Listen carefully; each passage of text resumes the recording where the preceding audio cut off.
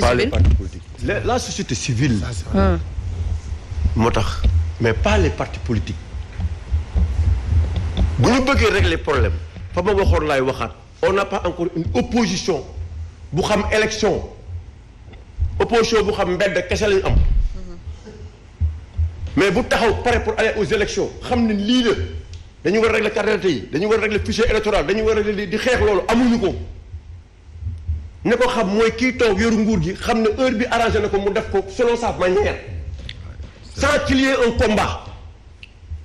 tant qu'il n'y ait pas un combat il ne peut pas y avoir d'acquis et que ces acquis nous l'avons eu certains même en 2012 avec Abdoulaye Wade am na ñoo xam ne Wade moo ko xeex muy acquis ñu ñëw war ko consolider yaa ngi dégg Macky Sall la ñëw fa dindi lépp amul ko xeex tous les acquis sur les cartes d'identité léegi ont été réglés les cartes d'identité que nous avons je n'ai ni père ni mère. waaw loolu moo ma ci jaaxal de. je suis orphelin de père et de mère. ça c'est vrai. loolu Omar waxaat ko ci kaw ñëpp dégg mais kan moo ko xam. wala booy am casier nga sonn. non mais kan moo ko xeex loolu. le fichier électoral aujourd'hui avec le référendum parce que Macky quand les élections locales yu mujjee wax Serigne mooy li nga wax sànq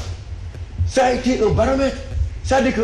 avertissement loolu parce que toutes les grandes villes mooy li nga wax. toutes les grandes villes pratiquement lors des élections locales mais Macky da leen ñàkk de Dakar à Touba de passant à Ziguinchor et partout il avait perdu les élections et il a compris c'est à partir de là qu'il a organisé des référendums. Est-ce que les cartes sont biométriques d'abord? Mais moom laa lay wax c'est à partir de cette période qu'il a organisé des référendums. Wade a vu fii lors des législatives ne laissons Macky ici allons au ministère de l'Intérieur réclamons nos cartes d'identité les gens ont refusé l'opposition elle-même. C'est ça. Et pour un acquis démocratique mu Ndiaye pour unifier pour créer une unité de l'opposition pour que ñu ne léegi ñun il faut qu'on réclame notre sésame républicain pour faire face au pouvoir les gens ont parce que loolu Abdoulaye Wade un vieux était président c'est fini xam na élection la démb ak démb il faut ngeen bàyyi aussi ceux qui sont expérimentés un peu ñuy expliquer nit ñi di jël note di ci sukkandiku di dem parce que mën nañu wax ay waxu caaxaan dañuy wax li nga xamante ni mooy waxu élection bu dee xeex man mën naa ànd ak professeur mi mobiliser et 1 million de personnes taxaw c'est pas ça qui est important pour Macky ce qui est important c'est que li tax tey ma mën a war a gagner li war a tax ma mën a accéder au pouvoir comment je peux faire pour am dara la ma am ma jël acquis bi ma téye mais loolu moo xeex boobu la ñu amul tey lépp lañ désarticulé di yoon donc c'est pourquoi mën a nit ñi xamuñu réellement xeex bi ñu war a xeex le président est en train de faire sa tournée économique là le président FRA laissez-le mais sur l'essentiel moom la ñu soxla ñun pour les élections locales muy xale yi si quarante yi taxaw lépp taxaw mu jaari yoon ñu dem élection ba pare campagne seet nan la ñuy def pour am dara loolu moo am solo te loolu la nit ñi nekkul nen ne li sur l'essentiel c'est ce qui est à la base de ce que nous vivons te nii tant que ñu koy continuer mu neex mu naqari du c'est-à-dire que il sera pas fragilisé il faut qu'il y ait une unité wax ngeen ko léegi cette opposition de façade ça il faut qu'il y ait des gens courageux qui osent dire à l'opposition que ce que vous faites là c'est du n'importe quoi du lii mooy dañuy nit ki nii la ñuy gënee nii la ñuy defee buñ ko deful du ñu dem te loolu la nit ñi deful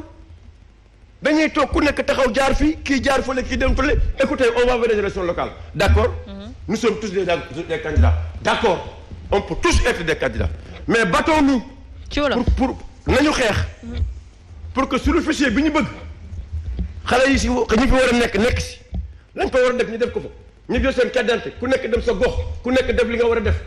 ñu jéem a xool nan la ñuy gagner mais loolu nag la gars yi deful. Kumar dooguma la mais xam nga lan laa la bëgg a wax gis nga dem naa ci yenn réew yoo xam ni gis nga ay problème élection ñëw na ñu ngi bindu sax amu fa gis nga carte d'identité c'est automatique boo ñëwee ci carte d'identité ci mairie bi da ngay ñëw wut carte d'identité amaale lépp ci biir carte d'identité bi datu élection dañuy tirer rek jox la parce que tey état civil yi dañu leen war a réformer boo deewee automatiquement machine bi génne la boo dee automatiquement état civil bi ñu la déclaré machine bi génne la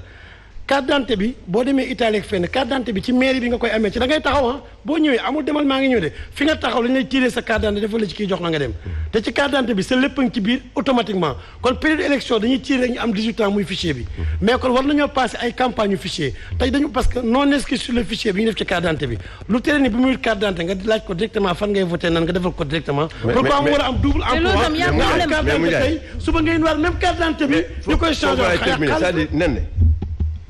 depuis les élections présidentielles bu mu jeexee ba léegi ñu xam li ci xew lépp justement ñëpp taxaw fii ne nous ne reconnaissons pas la victoire de Macky si la ñëpp pare nañ ci parce que kii jël na deuxième mi ngi rangi que la jël na troisième xam na ne moom dina ñëw mais la war a mën a tax ñu xeex kenn dootu ko. dafa am ay questions essentielles yoo xamante ne waruñu xaar ba élection tey jii di ñëw ñu siy soog a prononcé wala toog di ci xeex. c'est-à-dire que loolu nag loolu asla yéewoon nag nañ ko wax société civile yi ñoo ko def non dama ne loolu moo am xeex bi ñu bëgg a jox société civile kooku parti yi ñoo ko war a def mais dañuy bëgg a xamal aussi parti yi muy pouvoir comme opposition moomuñu élection yi les élections appartiennent au peuple. te il faut qu'on respecte. D'accord. il faut qu'on respecte il faut que maintenant dorénavant nañuy waxee ay clause d'éternité sur les mandats du président de la République de 5 ans à 5 ans il faut que ce combat-là que les gens soient menés pour que bu élection war a jotee muy législative muy comme ni ñu koy defee présidentielle ak local ñu di ko defee noonu. mais ak yi ñaam li société civile de vraiment opposition sa defu ko ci. mais loolu laa lay wax man dama leen rendre hommage moom. mais loolu laa lay wax moo tax mën na leen il faut ngeen dajaloo toog waxtaan xool maintenant yi nga xamante ni mooy ak yi nen ne nan lañ koy defee loolu moo am de. waxuma la ngay wut lu neex ba nga gars yi këtti këtti. j'espère que tamit sur ce combat toogoo leen di xaar société civile comme ni ngeen ko waxee. mais nee na xam nga nee na commission dialogue politique xam nga lan la. dafa am opposition bu fa toog boo xam ne amuñu benn mairie ña fa toog. xam nga tey bu ñu waxantee dëgg mairie yi fi nekk Dakar par exemple PDS la kii Benno Bokk Yaakaar taxaw Dakar ak benn ñu ci am mais ña fa toog ci commission ba laaj leen ku ne sa parti ban fan la gagné commune. loo ci xam mosoo siégé ci benn mairie. alors Moundiaye yaa ngi bëggoon rebondir. mais le PDS n'est pas représenté taxaw Dakar n'est pas représenté. yaa ngi bëggoon monsieur le maire yaa ngi bëggoon rebondir ci propos wu monsieur le maire par rapport justement ak couplage des élections bu mu soulevé tout à l'heure. man dafa am ñett yoo xam ne bëgg naa ko soulever. xam nga tey wax que ne opposition bi dañu war a nekk benn. ci local yi vraiment mooy rêver quand même parce que réalité yi ci local yi. ci mënul nekk opposition bi nekk benn. jafe de. même ci même coalition même benn bokk yaakaar nekk ci benn mënul nekk. mais nekk benn en fait ils l'ont défini comment ku nekk suñu xamee ni que fii yow yaa fa ëpp doole ñu bàyyi la nga dem. waaw léegi ñun citoyen yi problème mu doole la wala problème mu programme est-ce que problème mu doole mën nga ko am ci xaalis mën a am ay électeurs jëndale xam nga waruñu seet doole. dañuy waxoon ban doole la nit ki war a am doole ci programme la war a nekk. nit ki lan lay offrir comme modèle de société comme programme de société mais pas doole. parce que est-ce que les électeurs votent programme c'est ça aussi. mais loolu la ñu war a foofu la ñu war a yegg. xam nga foofu la ñu war a yegg. mais tey wax ne borom réew ju nekk la ñu voté borom poste bu gaaw. non dama lay wax non c'est-à-dire que xam nga damay wax ne ñaar moo mën a am. ñu ne alors opposition bi nañu dem ci élection. yi ci gox yeex googu goxaan yi pour que alors ñu nekk ñoom benn ñu ne ça veut dire que kon dañuy nekk ñoom benn ñu nekk actuellement ci gox goxaan yi ñoom ñu jël soit ñu remplacer leen wala ñoom ñu conserver leen mais li war a am tey du loolu pour man si bu dee élection locale li war a am tey si élection locale mooy donner la chance ak ñi nga xam ne même du ñu acteur politique te am ambition si seen i goxaan bëgg fa développer ay programme ñu déglu leen citoyens yi déglu leen surtout que maintenant mode d'élection bi dafay changer dootul ay conseils ñooy fal dootul parce que APR nga li conseils yu APR fal la tey citoyens yi ci gox-goxaan yi te bëgg développer seeni gox te am ambition maire war nañ mën a def ay programme convaincre askan bi ñu votal leen parce que léegi raw gàddu la loolu muy benn maintenant mën nañu wax que opposition boolewu au niveau national. Pourquoi? Parce que au niveau national opposition même ak société civile day am ay moment ñu war a mën a nekk ensemble pour des combats de principe combat wu xeex ay liberté restriction liberté ñu commencé dund xeex ay combat wu suñu démocratie bu ñu nar a commencé saañe xeex combat wu ñu am justice bu équitable loolu jàpp naa ne au delà de même booloo bi opposition bi war a booloo société civile comme M2D ni mu ko defee muy nekk ay combat de principe sur des thématiques yoo xam ne sur des préoccupations yu concerné citoyens yépp mais tey boo bëggee jàpp ne opposition bi dañu war a mën a boolewu ne dañuy jiital kenn dina metti trop alors pourquoi parce que même Ablaye Wade bi mu fiy nekk nga xam ne c'était l'opposant de fait mais terewuloon bu ñu daan dem élection day am d'autres candidats Ablaye Wade sax da daan wax da ko daan déplorer naan dañu war a dem Ndiaye on parle du processus électoral. oui non damay wax problème boole pas l'unité de l'opposition par rapport aux élections. waaw je dis l'unité de l'opposition je parle de l'unité de l'opposition da dire que ne il faut pas aussi jàpp ne opposition bi war nañ mën a de fait tout le temps nekk ensemble je crois que il faut pas leur reprocher ça sama gis-gis laay wax je dis que ne parfois mën nañu parce que même intérêt la parfois mu am diversité de candidats xam nga tey booy dem bi ñuy dem législative mu am diversité de candidature par exemple ça peut profiter à l'opposition mais booy dem élection présidentielle mu am diversité de candidature ça profite pas à l'opposition pour dire que ne opposition bi aussi war na leen may marge ñoom ñuy discuter pour xool quand est-ce ils peuvent faire aller vers des coalitions ou pas loolu c'est leur domaine ñoom ñoo xam mais li ma wax ne mooy dafa am combat yoo xam ne du combat wu opposition rek du combat wu société civile rek du combat wu rek aussi opposition société tey nit nekk war na mën a nekk sax ci Benno Bokk Yaakaar war a mën a nekk ci état moo am ay injustices yu am ci réew mi mu taxaw di ko xeex problème mu citoyenneté la war a nekk tey ji lan la ñu war a def le culte de la citoyenneté mon frère philosophe parce que foofu la ñu war a toll tey nekk même ànd ak nguur warul tere warul tax ngay seetaan ay ñaawteef yi am warul tax ngay seetaan ñuy saxañal suñu démocratie warul tax ngay seetaan suñu justice di marché à deux vitesses yooyu combat mooy les combats essentiels maintenant opposition bi ni muy organiser nu mu dul organiser loolu c'est leur domaine beneen affaire bi may wax muy ci processus électoral bi mooy tey musuñu def élection depuis 84 ba léegi et rappelé ngeen ko rappelé waat ko boo xam ne dinañ jug ne élection yi tel jour la mu nekk tel jour bu jëmee ci local yi mais dañ ci war a jëlee ay jàngat parce que tey Sénégal dafa war a def ay li ñuy wax capitalisation lan moo waral élection locale chaque fois depuis 1984 buñ ci tolloo toujours dañ koy repousser régime yi fi jaar yëpp de Diouf à Wade de Diouf au président Macky Sall en passant par Wade chaque fois ñu koy repousser c'est parce que élection locale dañ ko jël fulaaluñ ko benn ba pare utiliser ko comme instrument boo xam ne day préparer élection présidentielle absolument mais loolu moo fi war a jeex moo tax may wax Bamba ne ko waruñu ibbi porox ndoll la ñuy wax ci wolof buntu bu ñuy naan wéy c'est vrai mënuñu organiser élection en 6 mois dama ne 2013 ba léegi dañ fiy organiser 2007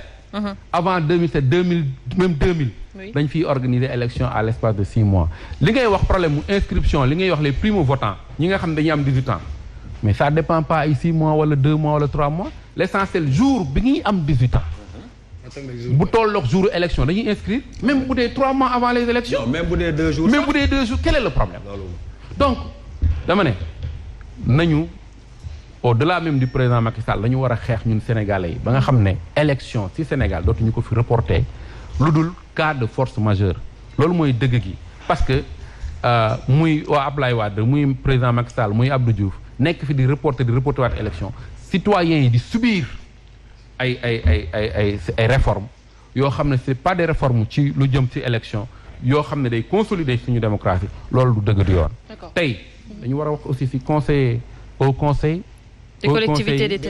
territoriales mandat bi ñoom itamit seen mandat dafa jeex dañu war a nekk dans un régime de prorogation de mandat bu boobaa bu ñu mënee proroger mandat au conseil te kenn waxul mais pourquoi bu ñu proroger aussi mandat député ñun ñu war a wax. dëgg yàlla mais non xam nga dafay am dañu war a bàyyi politique 2 poids 2 mesures. et maire yi aussi je crois que aussi mënuñu taxaw ne ñoom un président la warul am plus de 2 mandats ba pare bëgguñu ko appliquer seen bopp. na ma attends lu tax ñu war a de président de la République 2 mandats doy na Bamba Fall ñaata yoon yaa ngi nekk maire Médina. benn mandat. bii mooy sa 2e mandat. ban ci bii du sa 2e mandat. non. ak ñeneen. wala bokk mandat benn mandat laa def. sax dama remplacer maire bu génn àdduna. am 5 mois ñu dem élection ma gagné benn mandat laa def. waaw mais ñaata maire. mais man d'accord naa moom ñu limité mandat yi à 2. mel ni ils sont indispensables. Effectivement. maintenant ni ñu verrouillé. non tu prends l'exemple à Rufisque mais ak feneen. non waxal yow tamit yow tënkee nga waxal ñu fa am. man xam nga damay aller au-delà de. waaw mais c'est important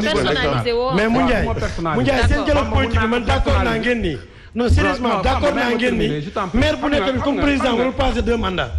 xam nga mën nañu ne. mënuñu ne président la République dañu war a am une respiration démocratique ne président la République 2 mandats doy na mu am ay maires yu def 4 mandats. instant yi may wax ni am na maire yoo xam def nañ 4 mandats te ñu ngi utiwaat. du yoon mais pour lan. le maire de Parcelles Assainies. mais regarde-moi est-ce qu'il n'est pas à 14 ans xaw ma de pour. alors dañu war a ci réforme yi dugal ci. non seulement. li Omar Faye di wax ci clause d'éternité yi ni ñu ko defee ci président de la République ñu def ko ci maire yi. ku ci def 2 mandats dem. fii personne n'est indispensable balaa nga koy dem xam nga dem cimetière yi. mu am respiration démocratique. beneen bi mooy cumul yi dafa am lu ñuy wax cumul horizontal am lu ñuy wax cumul vertical. alors mooy cumul yi nga xam ne dafa impossible nekk ministre nekk par exemple député xam nga loolu mënul nekk cumul. mais toute forme de cumul la ñu war a bannir. mais c'est ça la vérité. parce que nit ki tey même boo nekkee ministre maire mais. un conflit d'intérêt le temps bi ngay nekk même pour waxu conflit d'intérêt temps bi ngay nekk ci di liggéey comme ministre mais yaa ngi bàyyi sa maire yi. mais loolu moo tax Sénégal tardé. temps bi ngay jël aussi war a dem ba parce que ministre yëpp a ngi fii Dakar. fu la ci den nax donc maire yi ci gox yeex gox-goxaan yi te ay ministre jiitu ko yëpp pratiquement du ñu gis seen maire askan wi lu dul yenn saa yi 1 fois par mois. mais dans ces communes dans ces départements mais pourquoi mën nañu tànn ñoo xam ne ils sont dañuy yeewu ndox askan wi. maire day yeewu ndox askanam. bu maire dul yeewu ndox askan nañ ko ci war a dugal. mais xam nga li ngay wax ni ça concerne les politiques xam nga ça concerne les politiques yéen également ban combat ngeen ciy mener parce que peut-être. waroo leen toog rek di naan yéenu guy wala yéenu Dakar xam nga. waroo leen toog rek di alerter wala toog di sensibiliser peut-être am na ay jéego yoo xamante ne yéen war ngeen ko ci def je parle de la société civile. mais la société civile elle est plurielle. vous le comprenez. gis nga société civile elle est plurielle. elle est caractérisée par sa diversité et c'est ça qui fait sa force. Nous sommes complémentaires. da nga gis société civile boo xam ne mu ngi ci affaire droit de l'homme kese. gis société civile boo xam ne mu ngi ci élection mais même si y a droit de l'homme dans ça ñii corruption. ñii santé ak tam ñiy dóor. waaw am na way comme dans la presse. Ouais. dans la presse tu vois ñoo xam ne dañu am ligne éditoriale bu ferme bu mel nii ñii am ligne éditoriale bu mel ni gis nga dans toute corporation il y a du bon il y a du moins bon. c'est humain donc bu ñu def procès un mauvais procès à la société civile wala à la presse ku ci nekk yaa ngi bay sa waar li ci am solo mooy complémentarité bi ci war a am. tey mën naa leen mais la presse lan lay def la presse am na ci ñu ciy def. ak responsabilité liggéey bu am solo mais am na ñu ciy def comme dóor. dans tous les corps de métier c'est ça mais l'essentiel mooy. ñu xam ne aussi dañ si boole. mais di wax presse bi ak société civile benn population yi. oui citoyen yi da ngay xeex te nga ñu ngi ne dañuy xeex ba sonn am ay inondations de ñëpp taxaw ba pare jël voté gañ. waaw donc pour dire quoi pour dire que aujourd'hui le combat ça doit être un combat citoyen. D'accord. Et un combat orienté contre personne mais un combat pour un Sénégal bu développé un Sénégal boo xam ne ku bëgg a manifester wu ku bëgg a marche un combat où ku ñu garder à vue du dee un combat où ku feebar da ngay faju un combat où ku sa doom toll ci jàng mu jàng loolu mooy combat citoyen bi alors oui Cheikh par rapport à ces élections. waaw mais waxtaan bi dafa yaatu. parce que am na aspect technique am na aspect politique. si ñaari invité ku nekk ak fi nga ci féete n'est-ce pas monsieur le maire. damay wax ni rek code électoral mooy les règles du jeu. les règles du jeu. Sénégal bu amee ay élections yu démocratique ñu am ko ay alternance il faut rendre hommage au juge Kéba Mbaye code consensuel de 92. mais Sénégal mënul nekk une vitrine démocratique yaakaar naa bi ñuy voté bokk nañ ci dëkk yi njëkk a voté ci àdduna njëkk a dem aux élections kon mënuñu toog di am jafe-jafe le respect du calendrier électoral parce que tey Bamba Fall nekk na maire am mandat juróomi at mandat mooy dañ la ko dénk askan wi moo la dénk bu la askan wi dénkee da nga amaat ak ñoom rendez-vous nga ñëw ne leen lii ngeen ma dénkoon mu ngi ni delloo naa leen ko ndax li ma liggéey doy na leen ngeen dénkaan ma bu dee doyu ma ngeen wàccee ma jox suma morom donc tey yokkaat nañ ci ñaari at mais loolu du coobaree Bamba Fall ki yore décret bi yore doxalin réew moom moo ci nekk beneen bi je crois que parfois bu ñu waxee opposition bi dama naan le problème mooy dafa mel ni Macky day teg dérouler schéma am dem il est un peu en avance malheureusement il faudra le dire parce que tey seetlul élection présidentielle yi passé bi ñuy modifier code électoral bi dañu jaar su ma juumulee article L31 du code électoral benn baat lañ ci yokk xam nga dafa amoon tout sénégalais mën na nekk candidat ñu yokk si tout sénégalais benn baat lañ ci yokk électeur ci lañ ko dëxiñ biñ ci dëxiñee loolu lu ñu ci jublu woon c'est-à-dire il fallait que benn candidat bu tudd Karim Wade nga xam biñ ko attee ci àtte arrêt cour de répression waxuñu il a perdu ses droits civils et politiques il fallait ñu wut benn porox ndool et pourtant c'est des fonctionnaires de l'administration ñoom ñoo def conférence de presse toog wax boobu Aly Ngouille Ndiaye moo nekkoon ministre de l'intérieur doo bàyyi nag ba jaan bi romb la nga topp ci watat bi opposition bi bu fekkee ay ngaax lañ wala nekkuñu nandite pour mën a dérouler pour mën a anticiper waa ji yan coup lay teg bu ñëwaatee mu jaar seen kaw parce que Macky Sall mooy koo xamante ni mbër la boo xamante ni du bëre te parewul du bëre te parewul c'est-à-dire tey booy seetlu 2009 régime Ablaye Wade premier signal yi ñu njëkk a jot mooy opposition bi def na Benno Siggil Sénégal yenn ville yu mag yi ñu gagné ko c'était un bon baromètre Macky tey la am na expérience boobu pour moom fii nii élection yi enjeu bi c'est le contrôle des territoires et il faudra le dire malheureusement muy Macky Sall muy Ablaye Wade muy Abdou Diouf toutes les réformes politiques yi ñu mës a def yëpp wala découpage yi ñu mës a def yëpp c'était pas un objectif de développement local c'était juste un objectif politique et électoraliste exemple le ministre des collectivités locales il est juge et parti moo nekkoon Sangalkam nekkoon fa maire ñu dagg foofu Aliou Sow indi délégation spéciale Malick Ba faatu na ci tey moom moo nekkaat ministre moo yoraat découpage bi tey ci biir découpage bi gox bi mu yoroon gën naa ngand maa ngi doon wax Aliou Sall na bàyyi Pikine tey am na fu ñu ko cofal ci Pikine jël ko benn partie ci de Thiaroye Kaw boo xamante ni litige la woon entre les deux communes ba ñu dem Cour suprême mu àtte mais tey même bu ñuy def découpage sax waxtaane wuñ ko ak askan bi defuñu processus boole wuñ ci l'acteur local donc ça veut dire que bu ñu ko defee dafay am un impact direct sur la cartographie électorale malheureusement il faudra le relever Macky Sall nekk na ministre de l'intérieur xam na nu ñu organiser élection nekk na ministre des collectivités locales nekk na premier ministre processus électoral da koo guux war na ko toog ci nekk directeur de campagne bii passé élection yi passé créé na leen loi parrainage tegal leen ñii mu tamee ñii mu puus na leen fii article L31 bi ñu changé benn baat lañ ci yokk malheureusement nag li Ivoiriens yi di wax qu'à deux éléphants se battent c'est l'herbe qui en souffre pour man ce serait l'occasion aujourd'hui sunu système électoral tey ñu ngi wax suffrage direct universel parce que bu njëkk ba c'est indirect on vote une liste mais n'importe qui mën na nekk maire mais tey suñu xoolee le profil ñu ne fee ñu dëkk kat professeur Sanoussi am na xam-xam am na compétence doy nañu programme am nangam mu nekk suffrage direct nga xam ni parce que localité c'est la proximité boobu moo waral koo xam ne gox boo xam ne fanaanoo fa yenduwoo fa pour man waroo administrer waa gox boobu beneen bi li nga xam ni mooy système démocratique à la base la war a tàmbali c'est-à-dire balaa ñu ni ñu amee solos ne kii mooy président Sénégal noonu la war a amee solo ñu ne kii moom moo jiite gox bi parce que waa gox bi ñoom ñoo koy tànnal seen bopp mais malheureusement je le dis Dakar par exemple ça a toujours été un problème pour le régime on va dire acte 3 nañ ma wax objectif acte 3 lan la ñuy wax des territoires viables compétitifs durables nañ ma woon Sénégal ban territoire moo ko am li ñu ci jublu woon kay mooy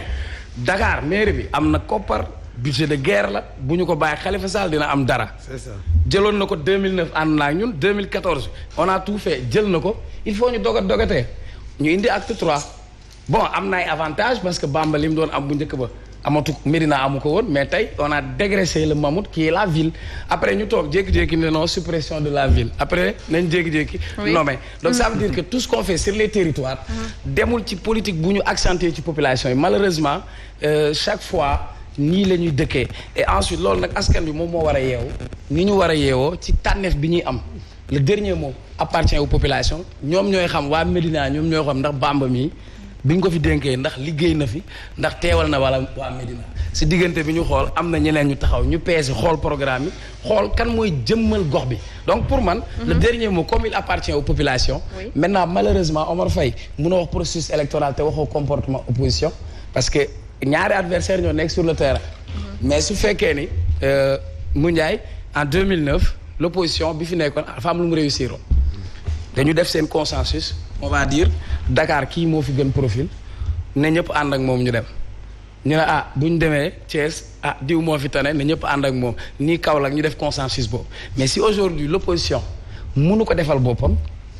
te comme suffrage direct universel la bu électorat bi tasaaroo ci opposition bi raw gàddu la ki nekk ci kanam moom moo koy jël donc ça veut dire su fekkee amuñu capacité fàtte seen ego et je vais vous dire enjeu bi nekk ci élection locale yi moom mooy déterminer les rapports de force politique parce que qui contrôle les territoires aujourd'hui Macky a besoin d'un baromètre je vous dis élection présidentielle yi Macky bi mu koy régler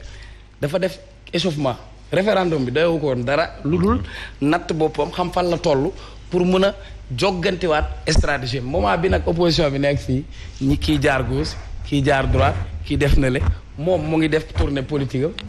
dina dem Kaffrine xool tendance yi fa nekk diggante Ablaye Sow ak Wilane kan moo ëpp doole mu xool kan la mën a engagé dina dem Fatick xool diggante Matar Ba ak Birame Faye régler ses problèmes de parti au même moment ici à Dakar Bamba Fall il est de taxaw Dakar entre temps Aliou Ndoye nekkatul taxaw Dakar Barthélémy Dias génn Kaboy génn ne man je suis candidat maire bi remplacé woon Khalifa Sall ne moom il est candidat donc déjà ci au sein même de Khalifa Sall nous on a du mal à nous situer du point de vue unitaire xanaa Bamba balaa fi jógee dina ma wax ndax il est candidat pour Médina wala est-ce qu'il a des ambitions aussi pour nekk Dakar donc ça veut dire ñi war a nekk benn say bu fekkee l'adversaire moom il est en rang dispersé loolu dafay yombal ki bu koy jàkkaarloo donc en le faisant comme en 2017 ni ñu amee seen ñaari liste législative ils ont fait le jeu de Macky inconsciemment professeur suñ lay dégg nga wax on a l'impression que yow da nga am envie intervenir peut-être par rapport justement à ces cumuls de fonctions ñu gis ne que société civile mu ngi koy Moundiaye Cissé mu ngi koy dénoncer gisoon également ci programme u Gëm Sa Bopp ñoom i également si seen programme dañoo dénoncer loolu des cumul de fonction est-ce que jotul également ñu am consensus pour dindi fi loolu yëpp. non xam nga cumul de fonction képp ku koy défendre da nga nekk politicien di ci bénéficier wu wala sa mbokk di ci bénéficier wu xam nga cumul de fonction lan lay permettre dans une république le lien parti état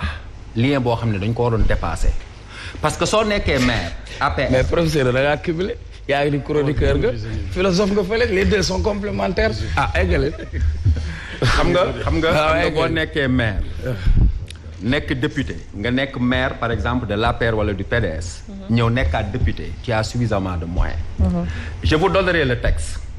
association des maires du Sénégal ñoo réuniroon autant wone ne genn wàllu maire yëpp nekk député ñu ngi tëdd Ndakaaru man dem naa en Casamance dans un village bac je suis resté pendant des jours et des jours 1 mois maire bi heure boo ko laajee ñu ne mi ngi Dakar et loolu ñëpp xam nañ ko dans une république qui se respecte un homme n'a pas le droit de gérer 2 fonctions humainement d'abord sax amul sens administrativement mooy tardeel ñëpp parce que délégation maire lu mun a délégué Sénégal am na kayit yoo xam ne maire rek moo koy signé maire rek moo ciy wax dañ koy lié à la sociologie nit bu ñuy def dara dañ koy lié à la sociologie xam nga boo demee en France même bu amee un député maire ces gens-là ils sont suffisamment civilisés du point de vue de la citoyenneté que kenn du leen jox ay ordre Jacques Chirac fal na un ministre boo xam ne ci partem la bokk bu ko signéloo dara ministre bi bañ mu ne ko lu tax mu ne ko parce que face à la France j'ai envers toi un devoir d'ingratitude su ma France soxlaa damaa war a won gannaaw yow loolu kan moo koy def fii dans ce pays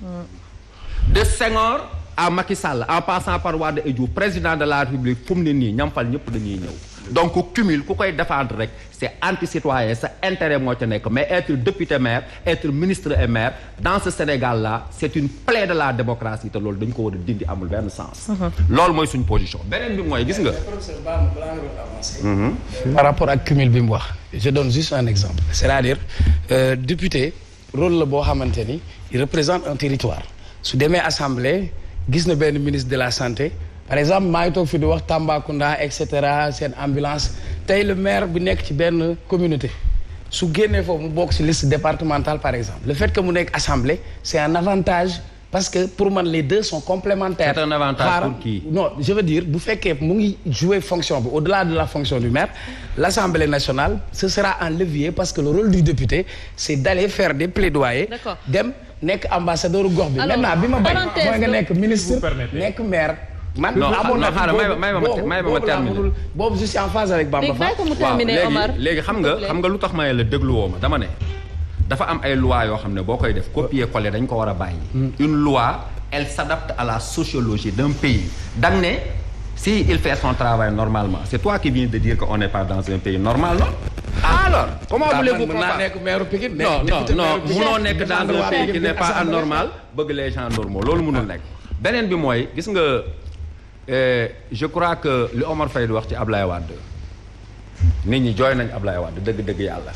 xaaral ma wax ko tuuti sax ndax su ma génnee ci mbedd mi sanu si bàyyil paa bi wàññeeku non jooy nañ Ablaye Wade parce que moom bi mu fay nekk am na loo xam ne mosu ko nangul Abdou Diouf daka daan wàcc ci mbedd mi Ablaye Wade mosul dem tëdd Qatar di bëgg a diriger un pays par WhatsApp. ak ay guerrier. non moo tax je dis toujours aux karimistes que Karim Wade n'est pas un fils politique de Ablaye Wade c'est son fils biologique. Ablaye Wade kenn mosul wañ loxoom. L'homme l'opposant je l'ai toujours applaudi le président de la République loolu beneen affaire la. Macky Sall xam nga lu mu njëkk a tegal gars yi parrainage gars yëpp nelaw mu ñëw tegal leen découpage ci ay âge rek la leen di jàpp parce que li Cissé wax c'est tellement logique mi ngi mel ni ñu ne néeg bii fi la ñuy defee émission yi mais booba 10 personnes rek ñoo fi nekk je parle des communes et des découpages ñu commencé découper ñu am 1000 personnes mais mënatuñ ko faa defee ça veut dire que xam nga découpage li muy indi sur le plan financier sur un travail administratif sur des discussions politiques ci ay années lay nekk donc gis nga beneen bi nga xam ne ni dañ leen faa nax gis nga Amadou Matar Mbow ba mu paree liggéeyam Moustapha Souradou moo yoroon commission de réforme des institutions gis nga ñooñu li ñu def ci assises nationales yi ak ci réforme yooyu est-ce que dialogue politique bi indi na fi lu bees mais li Ronsard di wax fii tout a été dit le président de la République li am problème Sénégal moom xam na ko su fekkoon dafa am volonté pour régler ces problèmes dans le code électoral dans le processus il n'a besoin de rien du tout il lui suffit parce que qu'est-ce qu'il ne sait pas Olof Ndiaye dafa wax mu ne gune gi juddu nawet moo xam néeg yay senn ca dëkk ba te Macky Sall nawet la juddu nekk na premier ministre nekk na président de la République nekk na directeur de campagne nekk na lu ne kon xam na problème bi ñamu dajale dialogue national ñooñu ñëpp ce sont ses complices ba mu santé nit ñi liggéey ñu jox leen ko mënoon leen ko appliquer mais xam nga lan mooy problème bi pour terminer Talla il a bien dit Macky Sall du mbër muy sëgg di bëri te parewul Napoléon dafa wax mu ne avant d'engager une guerre il faut avoir 90% de chance de la gagner Macky Sall 99% lay wut te gis nga bu ñu demee nii ci élection locale yi imaginez mu perdre yenn communes ak yenn départements ak yenn villes yi psychologiquement il est affaibli populairement il est affaibli troisième mandat du ko ñemee ŋaang mais gis nga su topp ka gaa yi toppee muy découper di dem di ñëw dajale ay di dem ba nga xam ne nii il est prêt ne bëreet gaa yi dem mu jàpp opposition beeg ñëpp ci ville yi duma leen 2024 day taxaw ne je veux être président de la République te xam nga kii nu mu tudd nen gis nga Macky Sall dégg naa waa ji ne le vrai combat n'est pas venu mais bu buggee nekk ne dafay nekkaat fi président de la République xoolal ça veut dire que la Ablaye Wade doon bañ marcher sur des cadavres pour aller au palais On s'en tient à sa déclaration le 31 décembre 2018 peut-être. Très bien waaw nee na c'est clair comme l'eau de l'eau. même bu fekkee sëñ Saliou du d'accord ak man. alors ma ñëw ci monsieur le maire laata may ñëw ci sëñ Saliou ñu ngi gis ne que ay kàddu jub na par rapport à la ville de Dakar ku ci mel ni Barthélémy Diaz waxee candidature am ñu ngi dégg également yeneen Soham Wardini lan lañ mën a jàpp déjà ci statut de la ville de Dakar parce que gisoon nañu également ay wax allant dans ce sens.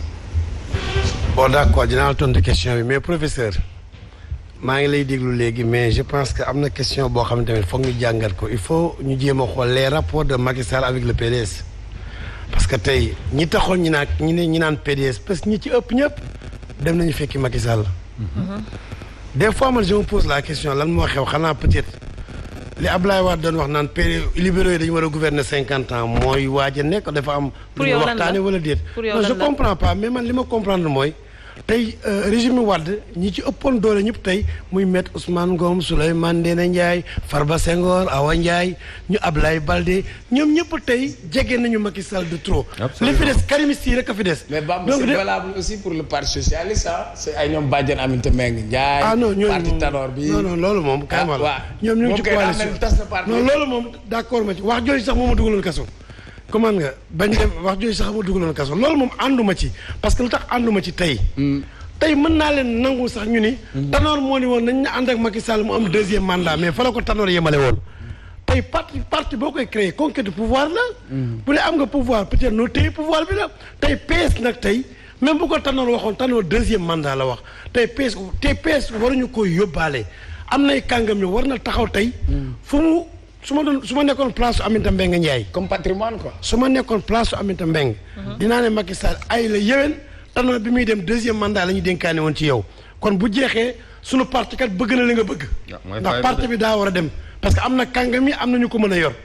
sinon bu ñu demee mouvement de soutien la ñuy continuer doon. mais ni nga analyser kaw PDS bi lan nga ci bëgg a wax exactement. parce que dama seetlu rek vous n'avez pas tout dit. dama seetlu rek nii.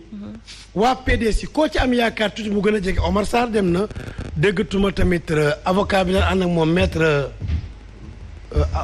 Sall maître Amadou Sall donc pilier PDS yëpp tey ñu ngi ak Macky Sall boo xoolee parce que karimistes yi ak tuuti fi des même le maire